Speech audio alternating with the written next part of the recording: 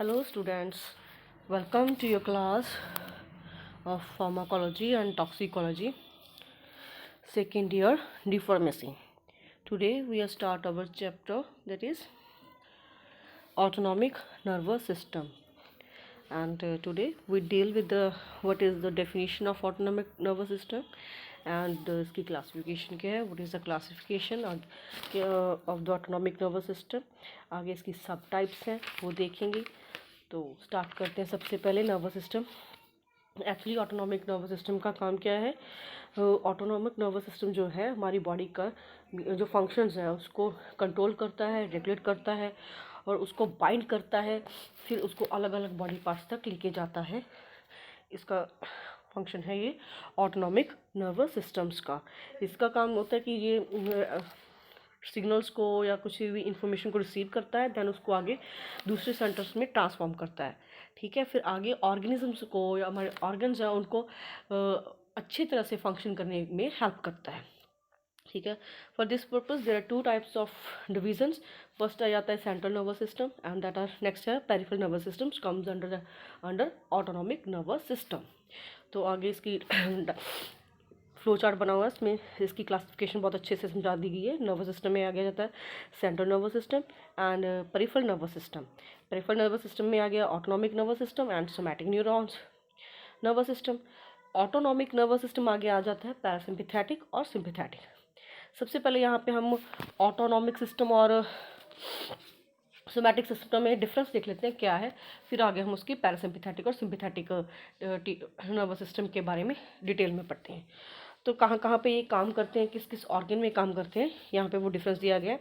Organs जो कहाँ से सप्लाई करते हैं किस में. सोमैटिक जो है स्केलेटल मसल्स में सप्लाई करता है, अपनी जो भी सिग्नल्स वगैरह लेता है. Autonomic whole the organs of the body.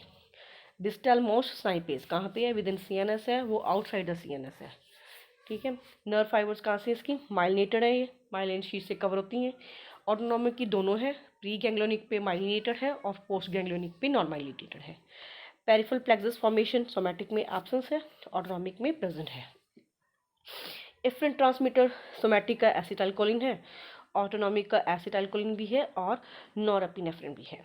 Effect of nerve section on organ supplied.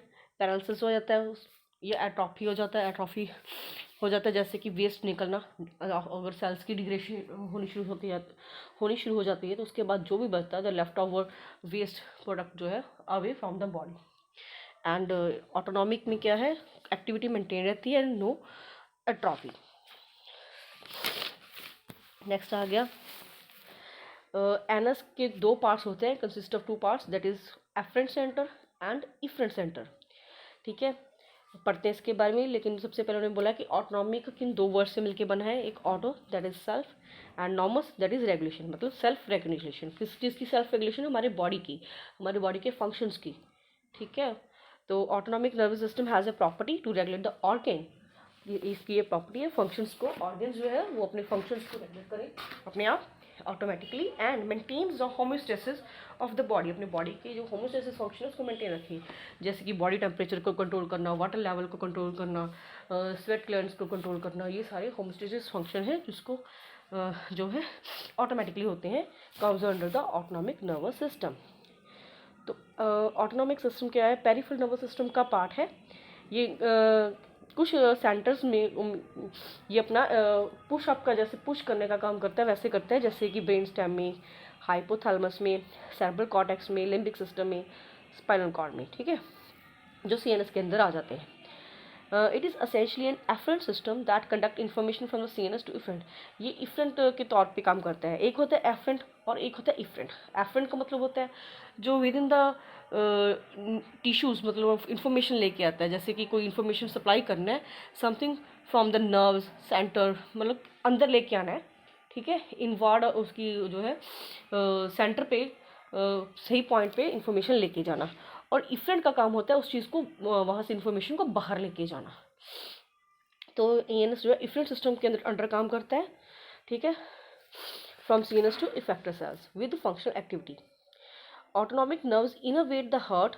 Autonomic nerves जो है कहाँ कहाँ तक अपने सिग्नल लेके जाते हैं, इनर्वेट मतलब अंदर लेके जाते हैं। हार्ट नर्व जो हार्ट नर्व्स हो गई, मसल्स, स्मूथ मसल्स हो गए जीआईटी के, एंडोक्राइन एक्सोक्राइन ग्लैंड्स क्या कंट्रोल करते हैं, blood pressure, GIT motility, glandular secretions, urinary output, body temperature और मेजर जो भी हमारी बॉडीज़ की एक्टिविटीज़ होती हैं। ऑटोनॉमिक नर्वस सिस्टम आगे दो चीज़ों में डिवाइड हुआ है, सिंपैथेटिक और पैरासिम्पैथेटिक में। ठीक है, ये दोनों आपस में एक बैलेंस बना के काम करते हैं ताकि होम्योस्टेसिस जो हमारा बॉडी का है सिस्टम है उसको मेंटेन कर सके। पैरासिम्पैथेटिक क्या है करता है, बॉडी की एनर्जी को कंजर्व करके काम करता है, और सिंपैथेटिक उसी एनर्जी को यूटिलाइज करके काम करता है। This latter system prepares the body to meet the everyday stress, ताकि हमारे बॉडी में बैलेंस बना रहो, जो भी हमने डेली में हमने एक्टिविटीज़ करनी होती है, अपनी बॉडी से काम लेना होता है, उसको हम अच्छे से कर सकें। नेक्स्ट है conventionally autonomic nervous system deal with efferent part. ठीक है, nerve carrying out information from the spinal cord and not efferent that nerve carry information from organ to the brain. Autonomic nervous system maintain homeostasis by reflex action known as reflex arc. अब हम यहाँ पे कुछ parts के बारे में पढ़ेंगे कि किस चीज़ को क्या बोलते हैं। तो जैसे आ जाता है कि एक्सोन कौन सा पार्ट होता है, नर्व और a neuron is a functional unit and comprise of a cell body and a tube shaped long structure। ये इसको हम नर्व कह सकते हैं, ये न्यूरॉन भी कह सकते हैं। ठीक है, इसके आसपास सेल बॉडी होती है, एक लंबी सी स्ट्रक्चर होती है, शेप की लॉन्ग स्ट्रक्चर बनी होती है जिसको बोलते हैं एक्सॉन। ठीक है, the group of nerve cells body, एक सेल्स बॉडी होगी तो उसको एक्सॉन बोलेंगे, जब वो ग्रुप्स में आ जाएंगी तो उसको बोलेंगे गैंग्लियन। ठीक है, नेक्स्ट है जब ये नर्व फाइबर्स जो है इम्पल्सेस को कैरी करते हैं कहाँ से, from one part two the other part, that is from the CNS to the ganglion is called preganglionic nerve fiber or neuron। Next आ गया जो nerve fibre that transmit the impulse from ganglion to effector cells. पहले CNS to ganglion आया था, वो pre हो गया, फिर गैंग्लियन से इफेक्टर सेल्स हो गया, वो हो गया post ganglionic fibre. CNS to ganglion pre and ganglion to effector that is post ganglionic. जो गैप आ जाता है दो पोस्ट गैंग्लियोनिक फाइबर में उसको बोलते हैं स्नाइपेस या स्नैप्टिक क्लेफ्ट। ठीक है, पोस्ट गैंग्लियोनिक में जो गैप होता है दो पोस्ट गैंग्लियोनिक नर्व के बीच में जो गैप आएगा उसको स्नाइपेस बोलेंगे। और the gap between post ganglionic and effector cells, ठीक है, इफेक्टर सेल्स तक लेके जाने वाला जो होता है उसको बोलेंगे neuro effector junction. After that function fibre junction over opening over the smooth muscles, जो स्मूथ मसल्स के ऊपर से जो जंक्शन होगा उसको बोलते हैं न्यूरो इफेक्टर। सिमिलरली जो स्केलेटल मसल्स के मेड ओवर वो ओपनिंग अंदर हुई है, वो ये ओपनिंग बाहर हुई है, उसको बोलेंगे न्यूरो मस्कुलर जंक्शन। वो न्यूरो इफेक्टर है, ये न्यूरो मस्कुलर है। तो यहाँ पे जो डायग्राम थी है तो उसको देख लेना, इसी को ही उन्होंने डिफाइन किया है। नेक्स्ट आ गया sympathetic nervous system. Pre ganglionic neurons of sympathetic system has their organ. जो प्री गैंग्लियोनिक न्यूरॉन्स हैं, ठीक है, उनका ओरिजिन कहाँ पे है, थोरैकिक और लिम्बर रीजन में। और आगे टू मेजर इसकी क्लासिफिकेशन आ जाती है, कैसे कि paravertebral ganglia and pre vertebral ganglia. Paravertebral कहाँ पे होता है, वर्टिबल कॉलम में, और प्री वर्टिबल कहाँ पे होता है, एब्डोमेन में। And adrenal medulla resembles the sympathetic ganglia and it is innervated by the pre ganglionic fibres. Next आ गया पैरासिम्पैथेटिक। पैरासिम्पैथेटिक का ओरिजिन कहाँ से होता है, in the lower brain that is cranium, mid brain, medulla and in the sacral portion of the spinal cord, इसका यहाँ से ओरिजिन होता है। पैरासिम्पैथेटिक गैंग्लिया जो है कि इफेक्टर ऑर्गन के क्लोज होता है। और इसमें आ जाते हैं जो प्री गैंग्लियोनिक है वो लॉन्ग होते हैं, उसके फाइबर्स जो पोस्ट गैंग्लियोनिक है, ठीक है, एक्सॉन से राइज होते हैं, वो शॉर्ट होते हैं।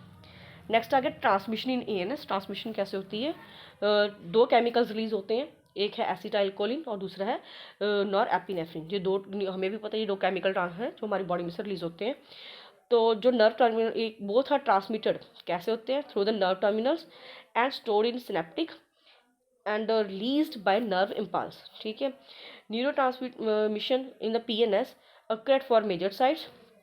एसिटाइलकोलिन 3 साइट्स पर रिलीज होता है, पहले आ गया प्री गैंग्लियोनिक सिनेप्स, फिर parasympathetic post ganglionic neuro effector junctions, all the somatic motor end plates और स्केलेटल मसल्स।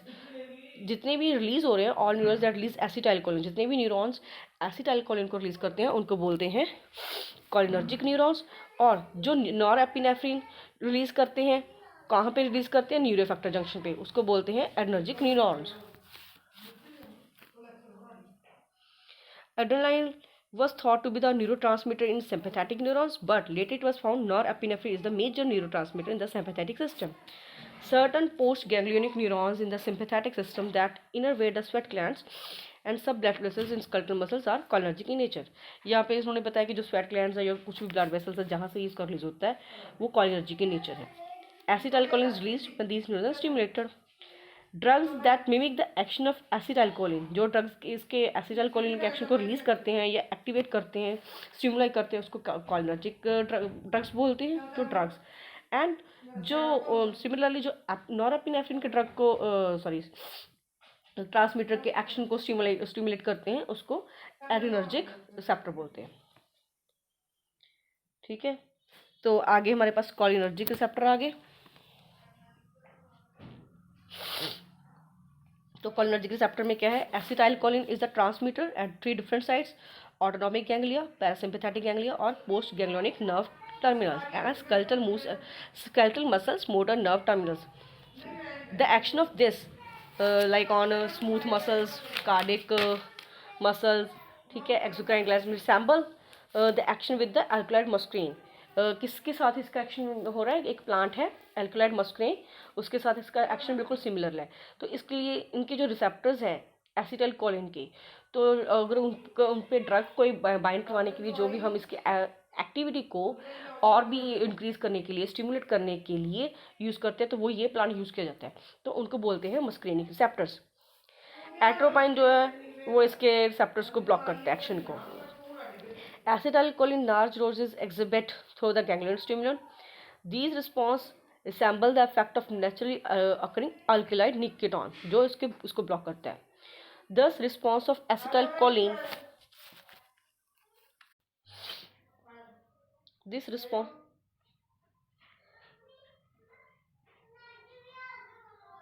ठीक है, तो निकोटिनिक रिस्पॉन्स भी हो गया यहाँ पे और मस्करेनिक रिसेप्टर्स भी आ गए। ड्यूटीबुक्रोन जो है वो स्केलेटल मसल्स पे जो रिसेप्टर्स है वहाँ पे एक्शन को ब्लॉक करता है।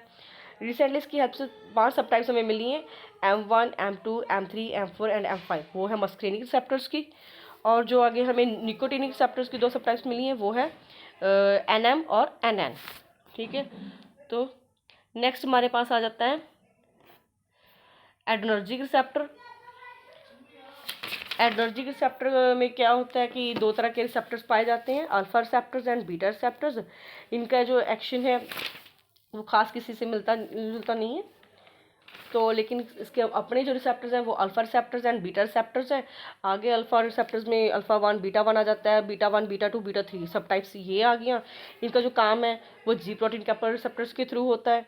ठीक है, तो अल्फा 1 रिसेप्टर जो है are coupled to phospholipase C, produce IP3 and DAG as a second messenger and raise the intercellular calcium.